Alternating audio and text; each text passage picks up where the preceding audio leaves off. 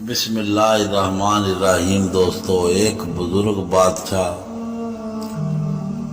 اپنے عدل و انصاف کی وجہ سے بہت مشہور تھا۔ بادشاہ نے ایک طوطا پال رکھا تھا جو بادشاہ کا ہی بہت ہی وفادار تھا۔ بادشاہ جہاں بھی جاتا تھا تو طوطا اس کے ساتھ ہی ہوتا۔ بادشاہ کی بیوی یعنی ملکہ بادشاہ سے 40 سال چھوٹی تھی۔ وہ جوان ہونے کے ساتھ ساتھ بہت خوبصورت اور زیادہ عمر ہونے کی وجہ سے اس کا رویہ بادشاہ سے ٹھیک نہیں تھا۔ ملکہ جب بادشاہ سے لڑائی جھگڑا کرتی تو طوطے کو بہت افسوس ہوتا تھا۔ ایک دفعہ طوطے کو اپنے خاندان والوں کی یاد آئی تو اس نے بادشاہ سے کہا کہ مجھے اپنے خاندان والوں سے ملنے کے لیے بہت دل کر رہا ہے، مجھے ملنے کی اجازت دی جائے۔ بادشاہ نے کہا کہ ایک شرط پر تجھے اجازت دوں گا کہ 5 دن کے اندر اندر واپس آ جاؤ گے۔ طوطے نے وعدہ کیا کہ 5 دن سے پہلے ہی واپس آ جاؤں گا۔ طوطے نے ایک جنگل کی طرف اپنی اڑان شروع کی اور طویل سفر کے بعد جنگل میں وہ ایک ایسی جگہ پر پہنچا جہاں اس کے بھائی اور والدین رہتے تھے۔ طوطا ان سے مل کر بہت خوش ہوا۔ طوطے نے دیکھا کہ اس کا باپ اس سے بھی زیادہ جوان ہو چکا تھا۔ طوطے نے اپنے باپ سے پوچھا کہ آپ کوئی سدا بہار نوجوان رہنے کا کیا راز ہے؟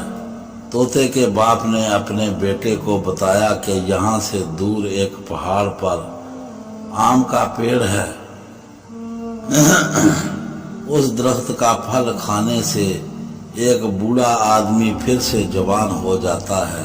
طوطے نے دل میں سوچا کہ بادشاہ کے لیے اس سے بہتر تحفہ کوئی اور تو ممکن نہیں۔ اگر بادشاہ پھر سے جوان ہو گیا تو ملکہ کا بادشاہ سے رویہ بھی ٹھیک ہو جائے گا۔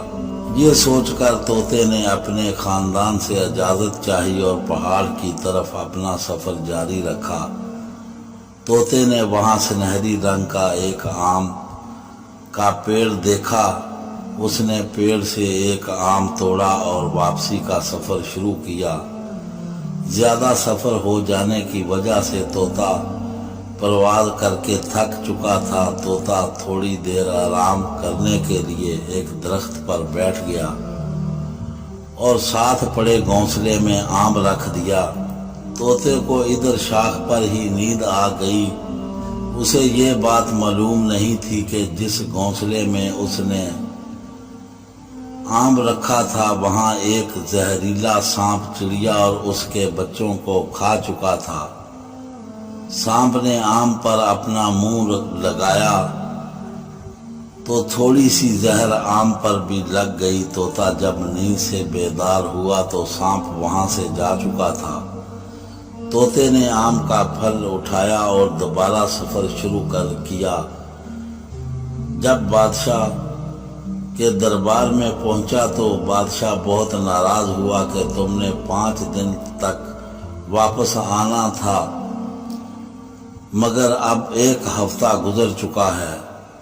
طوطے نے بادشاہ سے کہا کہ میں آپ کے لیے ایک خاص تحفہ لینے کے لیے چلا گیا تھا جس کی وجہ سے دیر ہو گئی۔ طوطے نے بادشاہ کو وہ آم پیش کیا تو وزیر نے کہا کہ آپ کو بغیر تحقیق کے آم نہیں کھانا چاہیے۔ بادشاہ نے آم کا تھوڑا سا حصہ کاٹ کر کتے کے سامنے پھینک دیا۔ جب کتے نے آم کا کھایا تو ادھر ہی مر گیا۔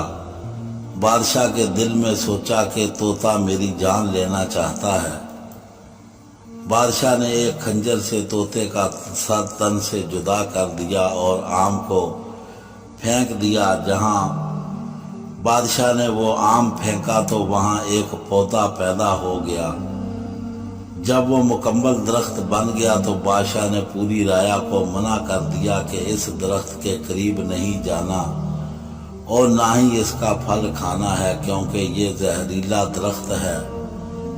ایک بوڑھا مسافر کہیں سے تھکا ہارا آیا تو آم کے پیڑ کے نیچے آرام کرنے کے لیے بیٹھ گیا۔ اسے معلوم نہیں تھا کہ یہ ممنوع درخت ہے۔ اوپر سے ایک پکا ہوا آم گرا تو وہ آم تو پھل کھانے لگا۔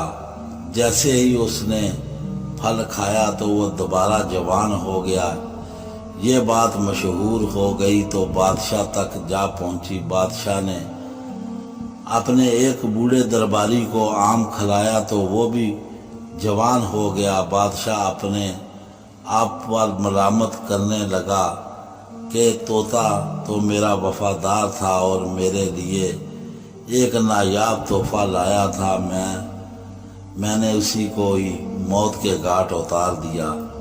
کسی کو بھی معاملے میں جلدی بازی نہیں کرنی چاہیے اور خوب اچھی طرح تحقیق کر لینی چاہیے کہ کچھ جلدی میں کیے گئے فیصلے آپ کے لیے زندگی بھر کا پچھتاوا ثابت ہو سکتے ہیں، اور اس وقت پچھتانے سے کچھ بھی حاصل نہیں ہوتا سوائے آنسو بہانے کے۔ دوستو، ہماری کہانی پسند آئے تو دوستوں میں شیئر کریں، ہمارے چینل کو سبسکرائب کریں، بیل آئیکن کا بٹن ضرور دبائیں، ہمیں دعاؤں میں یاد رکھیں۔ اللہ حافظ۔